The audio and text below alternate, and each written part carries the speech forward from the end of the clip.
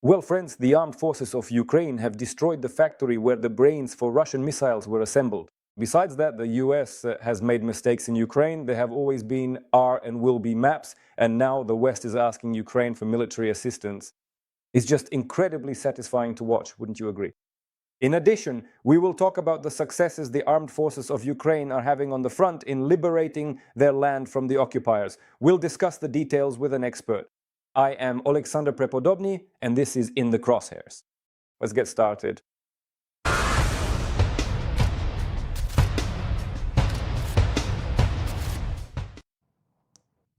So today we are talking about the strategic strikes by Ukrainian weapons on Russian military factories. Precision strikes. We will talk about the successes of Ukrainian defenders and the liberation of our land. To discuss this, I am joined by Serhiy Bratchuk, an expert you know well, a military man and spokesperson for the Ukrainian Volunteer Army. Serhiy, we are glad to have you with us. Good afternoon. Glory to Ukraine, glory to the Defense Forces, greetings. Glory to the heroes. So let's start with these. Bryansk, Tolyatti, Samara region explosions in Sochi. And you know what unites all of this is that alongside these events, real actions are taking place to liberate our territories on the front line. So I would like for you to tell us about it. At the moment, what does it take to prepare such operations to strike strategic targets on the territory of the Russian Federation itself? And then we'll talk with you about the front. Let's start with the shelling. Well, actually, if we're talking about shelling Russian territory, the territory of the Russian Federation, this strategy of the defense forces, as they say, wasn't born today or even last year. We started several years ago already, and it began with the full-scale invasion. There were the first strikes on the territory of the Russian Federation. And the idea was to reduce the resources of the Russian Federation for continuing the war as much as possible. And the aggression of the Russian Federation against Ukraine, at first these were very cautious steps because we were working with what we had available, meaning the means of firepower we possessed. And in fact, today we really have a situation where Ukraine is putting up tremendous resistance and achieving successes on the front line. It is achieving results in the air, on land, in the Black Sea, and is repelling the aggression of the world's second largest army. Now the time has come when the world's leading army is already asking Ukraine for military assistance. That is, today Ukraine, thanks to delivering such a strategic blow on the territory of the Russian Federation, is gaining something.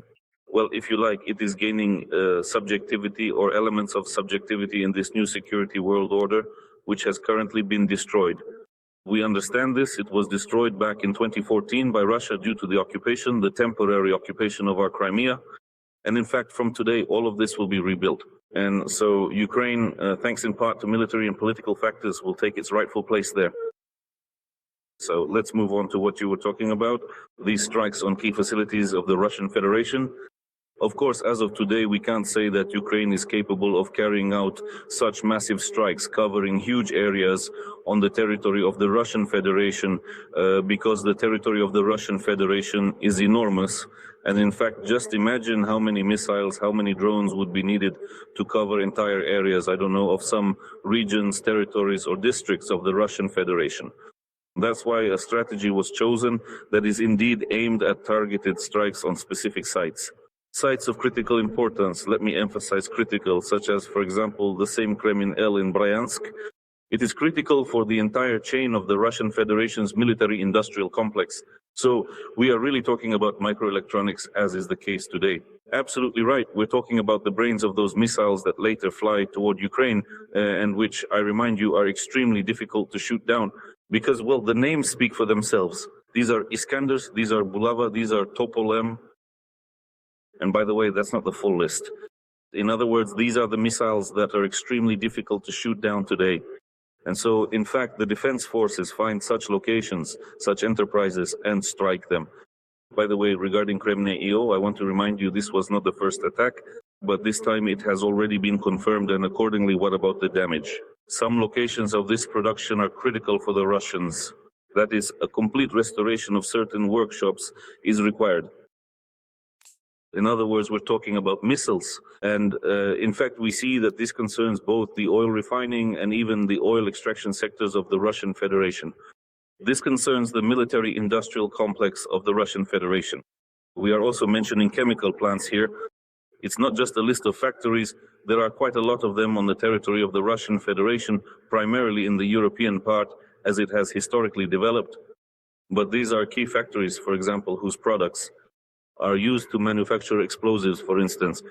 If we are talking in particular about the explosions at Azot, which happened in Tolyatti, and it wasn't the first time. And there are quite a few such enterprises today on the territory of the Russian Federation, and they are being hit. Again, by reducing the capabilities of the Russian Federation, Ukraine increases its own capabilities. First of all, we are talking about means of renewal.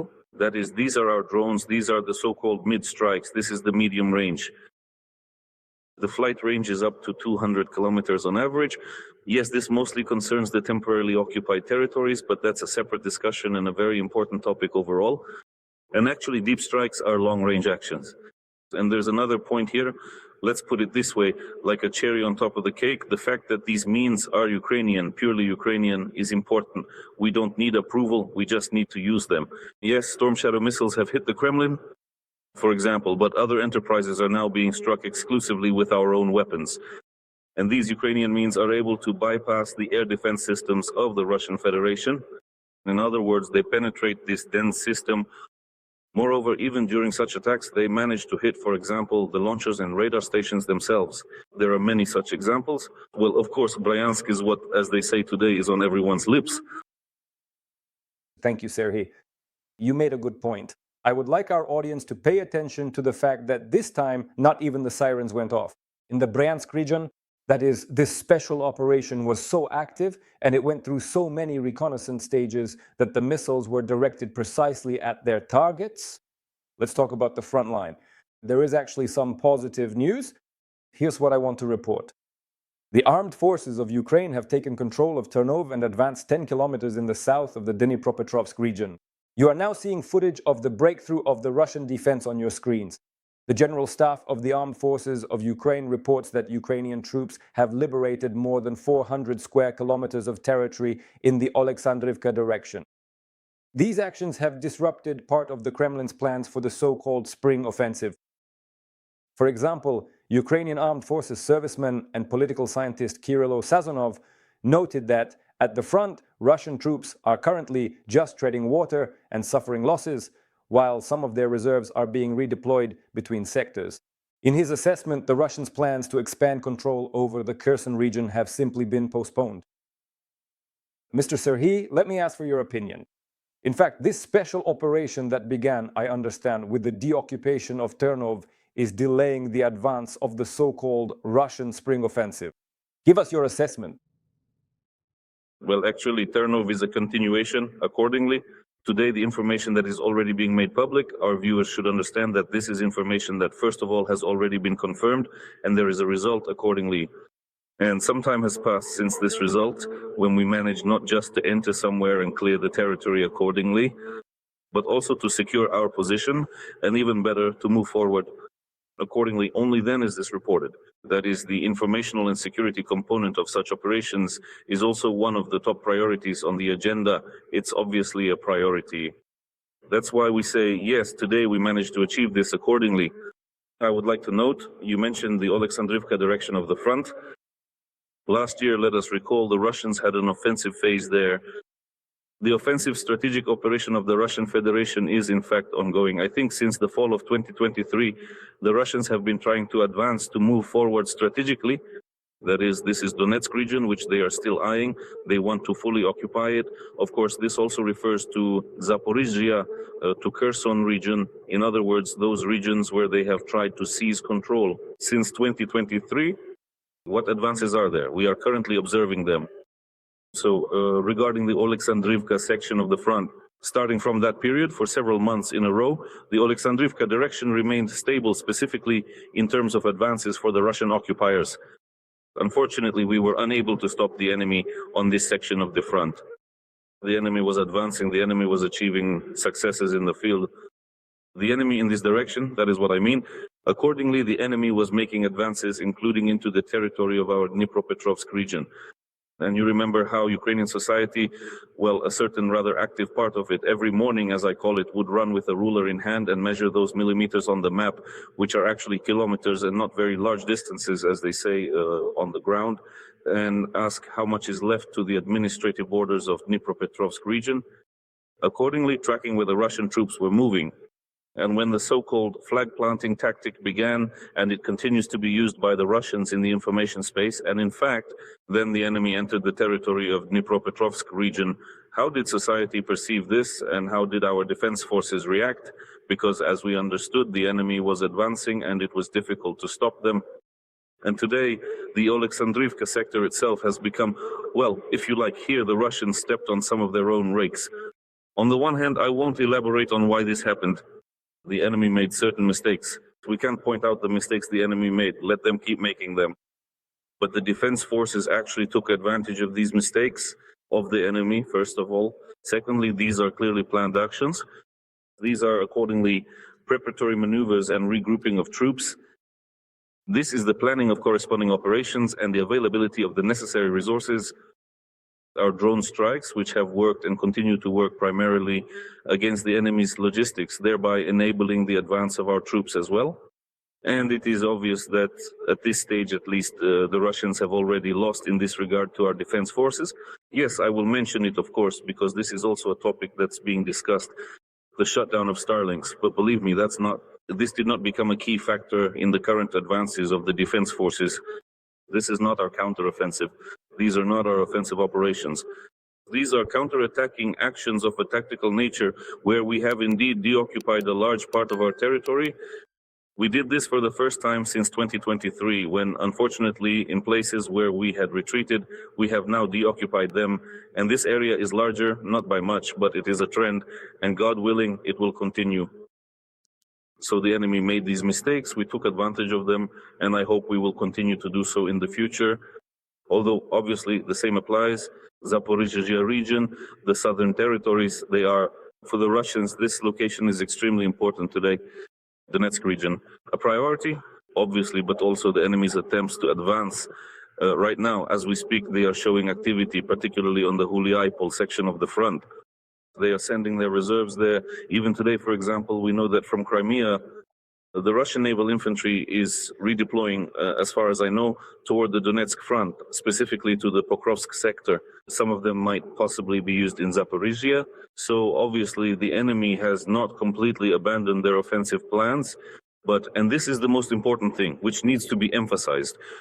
First of all, the liberation of territories in the Dnipropetrovsk region means an improvement in our logistical capabilities. The city of Dnipro, the city of Pavlograd, we understand how important these locations are for our frontline logistics. Above all, we are talking about the fact that today, with their tactical strikes, our defense forces have not only pushed the enemy back, but are also trying to prevent the Russians from fully establishing footholds for an offensive, including towards Zaporizhzhia. They had planned this, and of course they are still planning it now, but they are being forced to adjust their plans. That's right, I'm being very cautious. They are being forced to adjust because, well, in fact, a lot of things have stopped working out for them. Serhiy, an interesting situation occurred in 1926. At the beginning of that year, the United States of America asked Ukraine to help resolve the security situation not only in the Middle East, but in the Western world as a whole, specifically to share anti-drone technologies and methods for countering Iranian Shaheds, and not just those. Currently, our group is actively involving Ukrainian experts in the Middle East, helping our allies. Let's take a look. Here is a segment about what is currently happening with the war in Iran and how Ukraine is helping to bring an end to this largest scale war in the Middle East. And then I'll ask you a few questions. The fact that the US has turned specifically to Ukraine for help in the Middle East conflict indicates that Kyiv holds some cards. This was stated by the President of Ukraine, Volodymyr Zelensky. Had them, just like a good player does. You can have good cards, but it's important not to show everyone that you have them. I think a year ago we also had cards, but we didn't show them. But now everyone understands that we have them. Earlier, Volodymyr Zelensky stated in an interview with the New York Times that Ukraine had sent interceptor drones and a team of drone experts to protect American military bases in Jordan. The president said that the United States requested assistance on March 6. The Ukrainian team flew out the very next day. On March 10th, President Volodymyr Zelensky made a statement in his evening address. Ukraine has the world's greatest experience in countering strike drones, which it can share with countries in the Middle East as well as partners in Europe and the United States. We are ready to help those who help us, who help Ukraine. Everything that Ukrainians have learned for their own defense can become a global foundation for security, a global foundation for a protected life. Prior to this, the president of Ukraine explained how exactly the joint U.S. coalition operation against Iran could affect Ukraine. He stated that as a result, Tehran will not be able to provide Moscow with certain weapons for attacks on Ukraine. Russia is helping the Iranian regime. We understand what has already been provided, although we do not know the extent of what they are ready to transfer. The good thing is that the Iranian regime is not supplying Russia missiles and some other types of weapons that are being used for attacks against Ukraine. Earlier, in response to journalist questions, Zelensky explained exactly what Ukraine wants to receive: drones and specialists for supply. The goal is to defend against drones in the Middle East. First of all, according to him, it is about the missiles for air defense systems that are in short supply for Ukraine. At the same time, he recalled that Kyiv had proposed an agreement to the United States to invest in drone production as early as a year ago. Let's return to the conversation with Serhiy Bratchuk.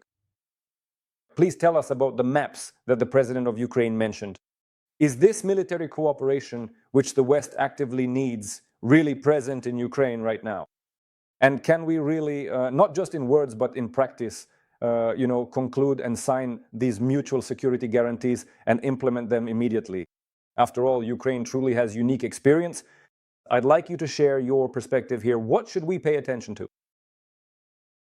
I'll give you an example now. Maybe I won't quote it exactly, but close to the original, one of the headlines that appeared in an Iranian media outlet. The key point there is that the drone superpower is now ready to defend the civilized world from Iranian Shaheds. Something like that.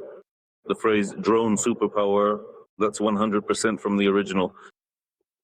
And that's significant. Israeli media are writing about this as well. We remember what Israel is, the state of Israel. I don't know how things will go from here. For some reason, experience tells me that for now there will still be these contacts with the Russian aggressor for the Israelis. But the fact that, for example, the same Russia itself is now showing support for the Iranians, and I think this will make Israel reconsider who they are befriending. I understand the global processes, but nevertheless, they are turning to Ukraine for help. And it's significant that such headlines are now appearing in the Israeli media. Accordingly, as I have already said, today Ukraine has a chance to gain additional signs of its military political subjectivity in this world. Moreover, today we can cooperate in the military sphere with those countries that, to put it mildly, do not lack financial resources. That is, these are the countries of the Persian Gulf, these are the countries of the Middle East. They have a lot of patriots, they had a lot of missiles and Shaheds, and the biggest problem seems to be the Shaheds. Today, the statistics there show that Iran is supposedly launching fewer ballistic missiles, fewer missiles of other types, but the Shaheds, they keep coming. And they are penetrating the air defense systems of those countries I mentioned. What do these countries want from Ukraine today? Obviously, they want our technology, our specialists, and they want protection, that's clear. In turn, Ukraine has the right today and will do so to raise questions, for example, about investments in our military-industrial complex. When people tell me, how can we give away our drones? How can we give away our specialists? Who will protect our skies? Well, first of all, no one is giving away these drones or specialists. We have enough and many more, and I hope that new recruits will join our ranks. But then, as they say in Odessa, is it really a question or not? Where do we get funding, for example, to scale up our drone projects and drone technologies? We need to get money from somewhere. And we can get this money from those countries that are asking us for protection. This is also an investment in our own defense. That's why this cooperation will definitely be beneficial for us. Of course, it has to be regulated within some kind of international legal framework. That's also being discussed right now. By the way, in Ukraine, many people ask, how could our military end up there again? But the question is, why only the military?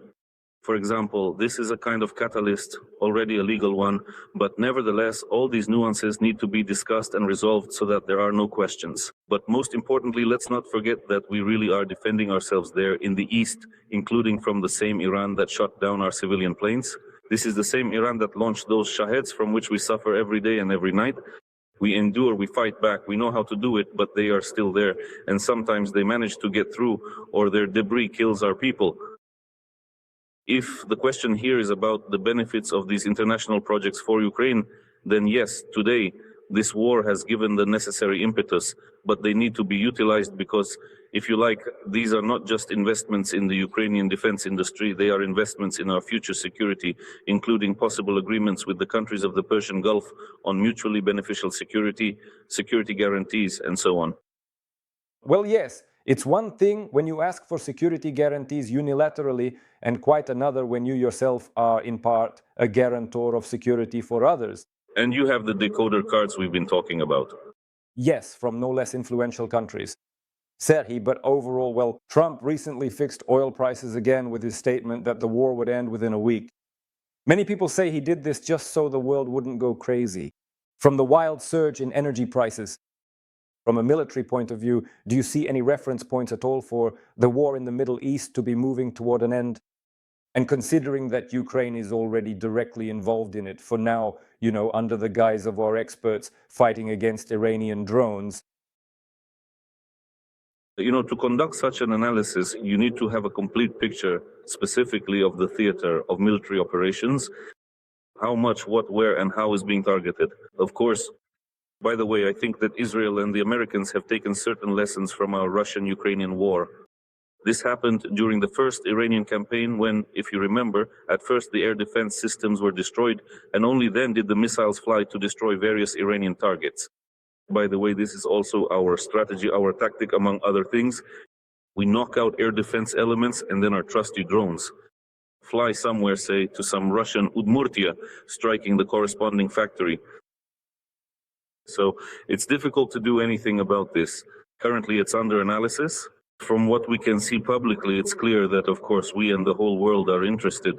All right, the prevailing sentiment of the whole world, Europe, because these are countries of the Middle East, the Persian Gulf, is that this war should end as soon as possible. Again, there may be several objectives behind such military actions by the US and Israel. Obviously, one of them might be a change of political regime in Iran. These are the key points.